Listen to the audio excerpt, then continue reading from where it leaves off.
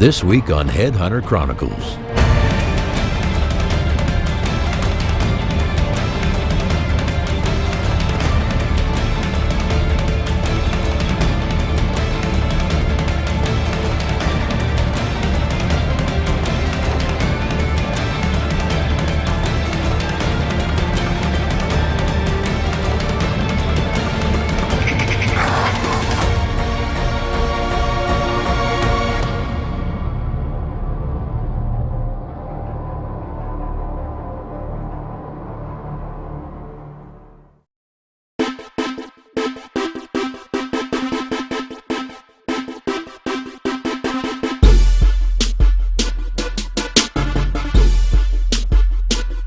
It was September in Northern California, which meant Jason was filling out tags for a Rocky Mountain elk hunt.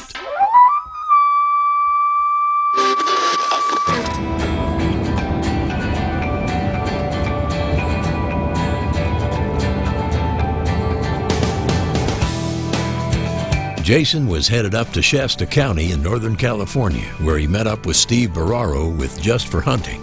What we're probably going to start off doing is going to this side here, and we're going to look for those bulls that have been bad under these trees. So let's take off and go look around.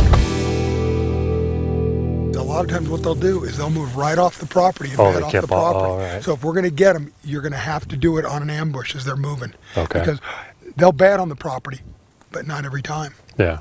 Let's go over there and get on top of Grizzly and take a look around. Maybe we'll spot them laying down.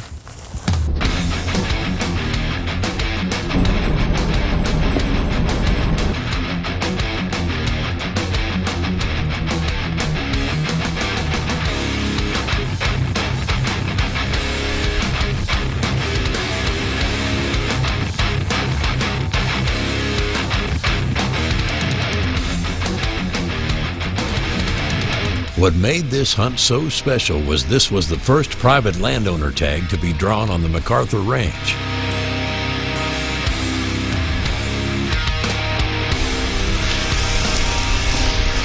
What'll happen as soon as it gets light, you start seeing them slowly moving all along. There's a creek down there that runs year-round, Clover Creek, and they'll slowly feed up that creek. Then right down there, you see those, there's a fence line. And those trees this way is all a food plot. And we put in safflower, sunflower seeds, different legumes.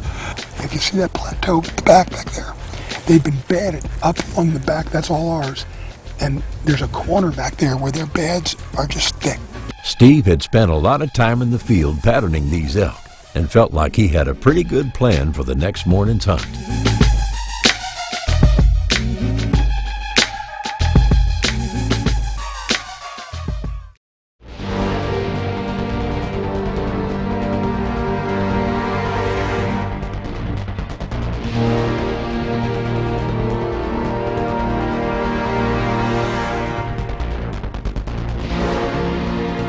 First thing the next morning, that group of elk were exactly where Steve thought they'd be. The wind's way wrong, and we're just going to kind of sit up on a little hill and glass them for a few minutes, see what they do. That way we can just make a plan for tomorrow morning.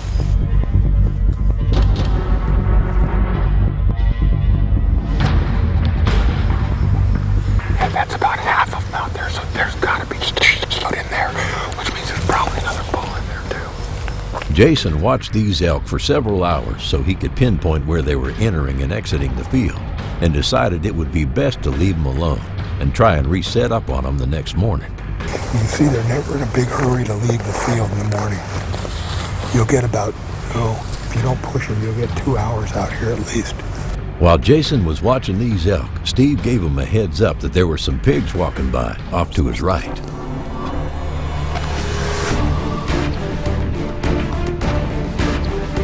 With pigs walking by at 70 yards, you know Jason just couldn't help himself.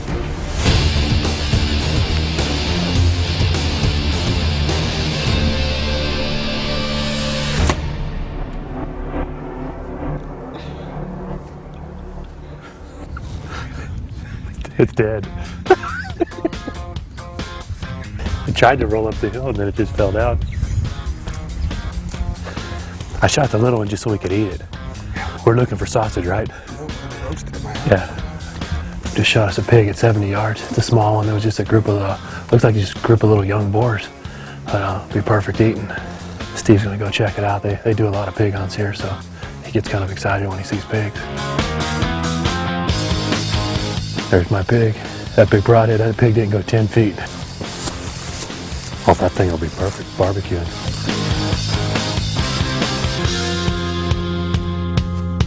Not trying to get in any big rush. We're just glassing these elk. We've seen a couple pretty good bulls this morning, and they're just starting to bugle, so we've got a few days to hunt and we're going to be patient.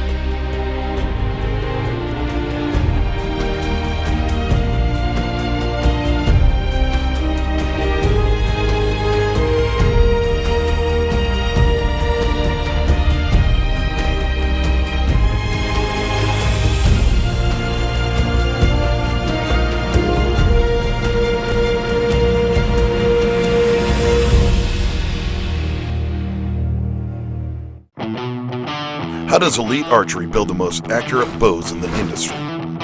It all starts with innovative design and comes together by using the best materials available. Add the revolutionary 2-track cam system and you've got the smoothest draw, highest let-off, and a rock-solid back wall, all backed by the industry's only lifetime fully transferable warranty. That's how Elite Archery delivers the most accurate bows in the business. See what the excitement's all about today at your local Elite dealer. This segment is brought to you by Epic Broadheads, performance, penetration, and a payday for your taxidermist. Here comes a raghorn, 2 raghorns I think coming out. Well, that might be the ticket right there. After shooting a pig, Jason spotted another group of elk.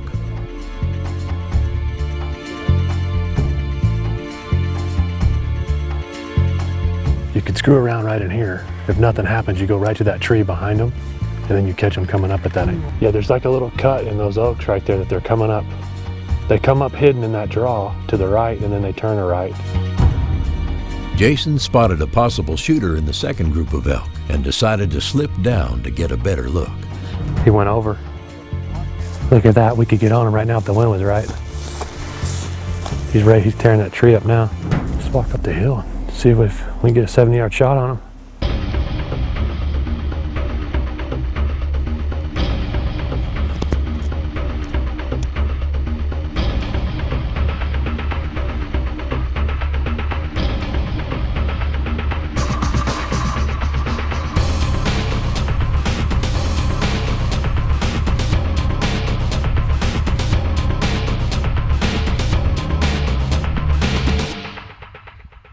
Pretty good bull. We're gonna, first morning, no reason to get excited. We watched him rake that pine tree and then he went down into the creek, so we could have, if we would have played it just a little bit different, the wind would have been right, but I think he knew something wasn't right. He looks better now, huh?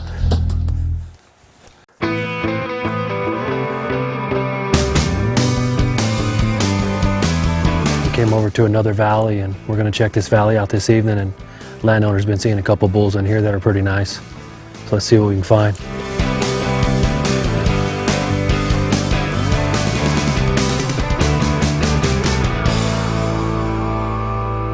When you're in the woods, you can never be too careful. Sitting right behind Jason was a not-so-happy rattlesnake.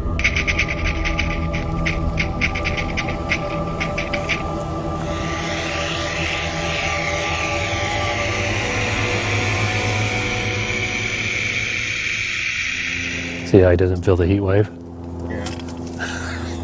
After Jason's snake encounter, the guys called it a day, and were back out early the next morning to set up on that group of elk.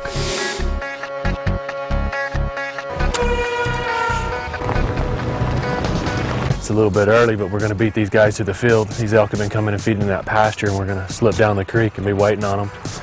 We figured it out yesterday morning, and hopefully the wind's still the same.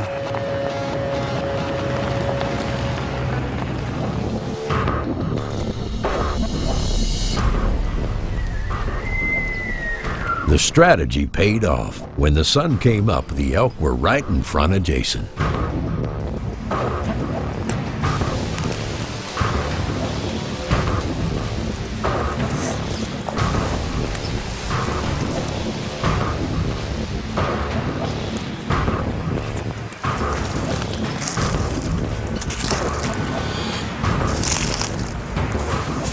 Leaving. He went around the gate.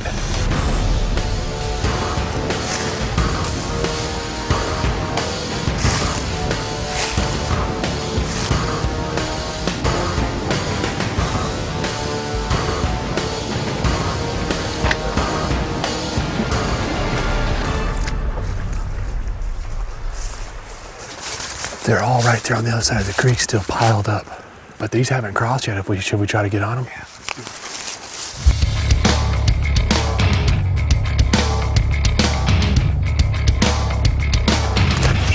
Still a couple 100 yards down. He's chasing them.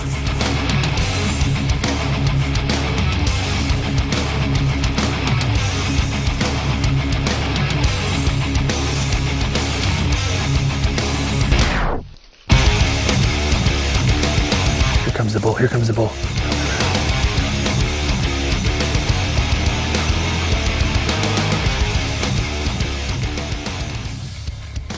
That's pretty exciting. We had some raghorns and some cows. That one cow was coming back to get her calf. The calf fell behind.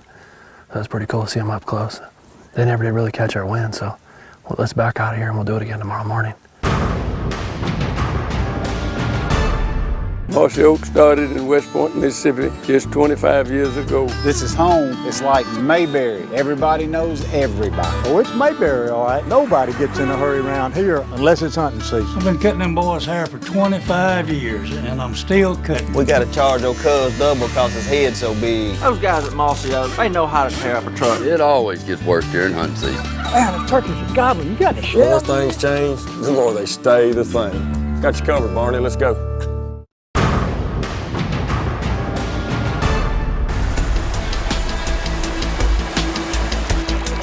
That's pretty exciting. We got up close to these bulls this morning and just didn't work it out, so we'll try again this evening.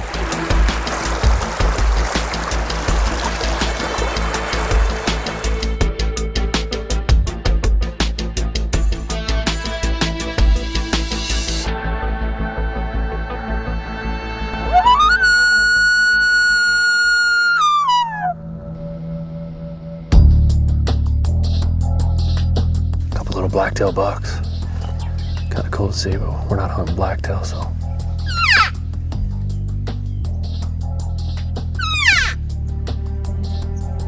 Trying to find some elk. They didn't come into the pastures today like they normally do, so we're just kind of slipping around seeing if we can find them and not having any luck. With the morning hunt not working out quite like Jason had planned, he decided to jump on a buggy and cover some ground.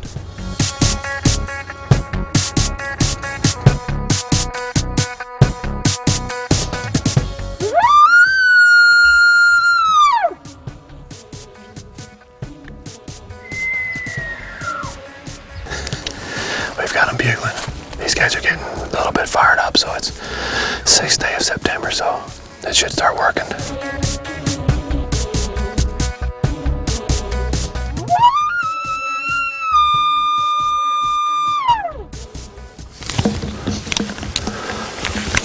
I've got his horns. I just see his horns, that's it.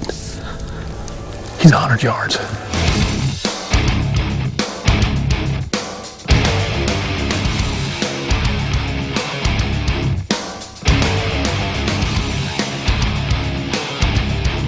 The bull was on the move, and Jason was having trouble closing the distance. Jason threw everything but the kitchen sink at this bull, trying to get him to slow down.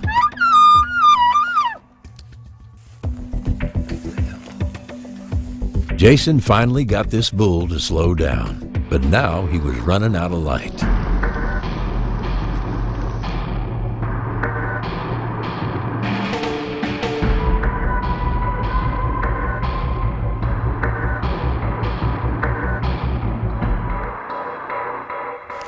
got in on them.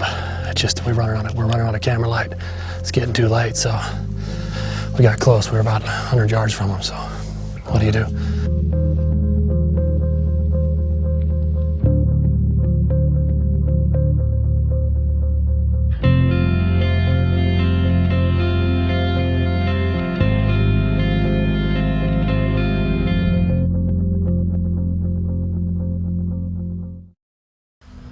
The next morning, Jason felt like he was finally figuring these elk out. There's 3 bulls.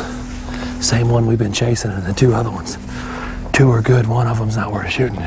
They've all got their own cows. Fuck, he's going to the creek. He's going to the creek.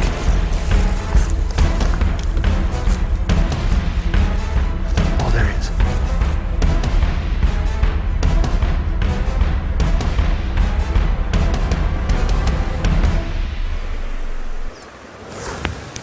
Okay, he's not the big one. Oh, there they are.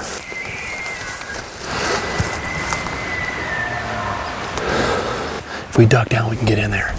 Get down low.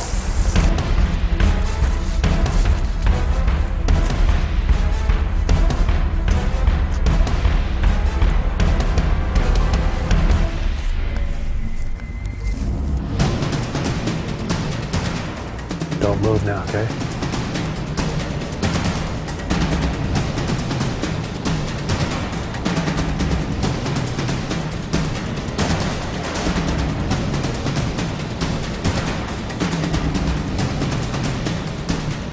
Got a few bulls there. There's 2 little ones and 1 big one. There's another pretty decent one that took off up the creek by himself, so he must have got knocked out of the herd last night.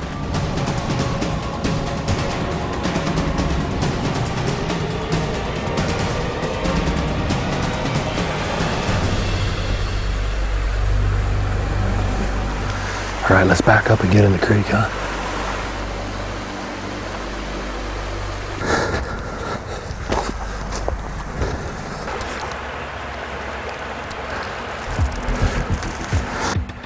Man, they're in a bunch. These elk stayed grouped up in an open field, and Jason had no way to get into bow range, so they watched them till dark and called it a day.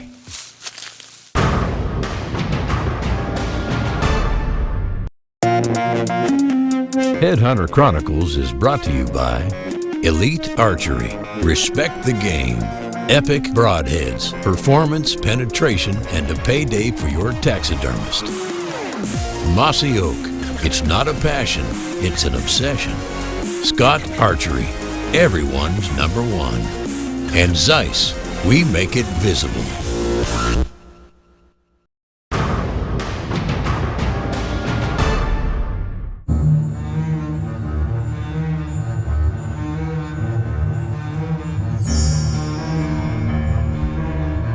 Their last morning, Jason set up in a great spot and felt confident this is where they'd be.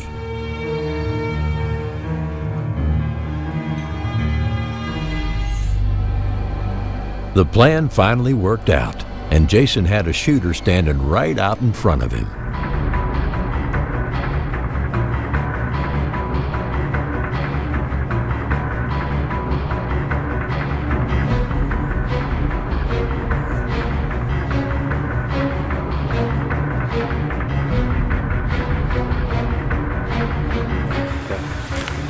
Go for it. Hit the fence.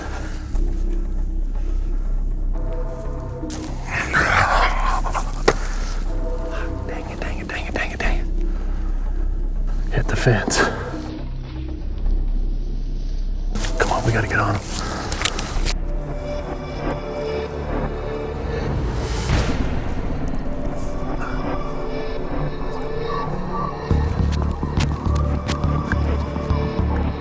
They're both right in here. Yeah.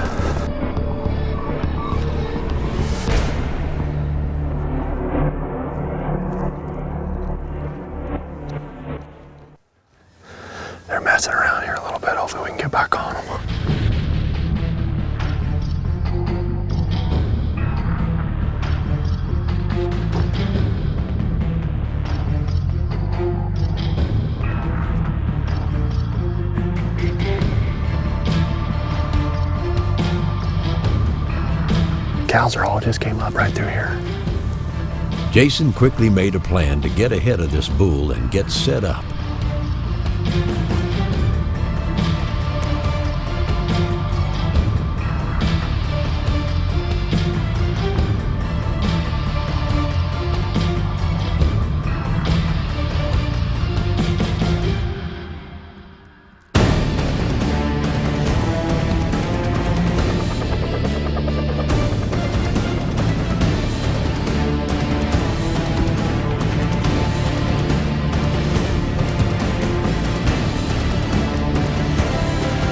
All of a sudden, there he was.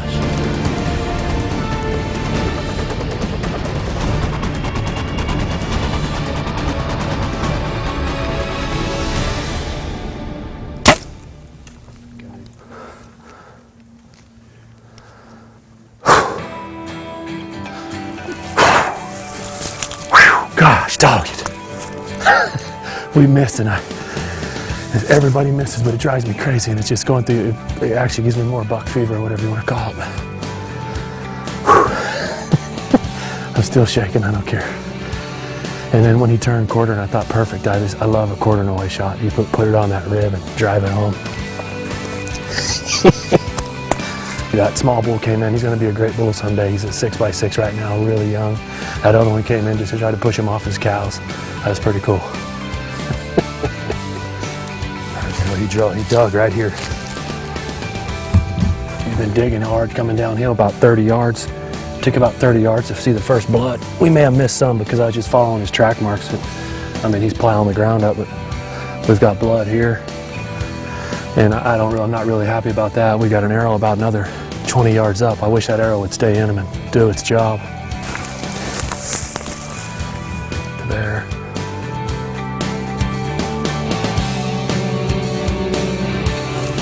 Here.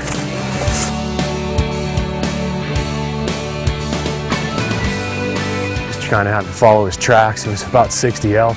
Once he was hit and took off running, all the elk followed him, and it's making it tough to find blood. I'm finding blood just here and there, but we'll keep following and hopefully we can find him.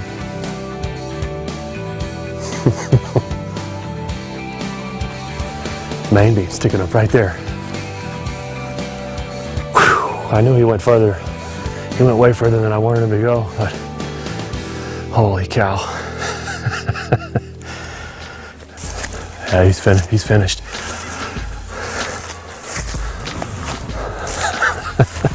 He's huge. Hey Don, you got a copy? Hey, we found the bull. Wow. He's definitely got blood coming out of his mouth a little bit, so it's for sure a lung shot. I've never seen an elk this big. I've shot plenty of elk and I've never seen no body like this. The body size is massive. We were doubting it there for a little while. I mean, I was getting really worried with the single entrant hole, and I was getting way worried. Now I'm almost speechless.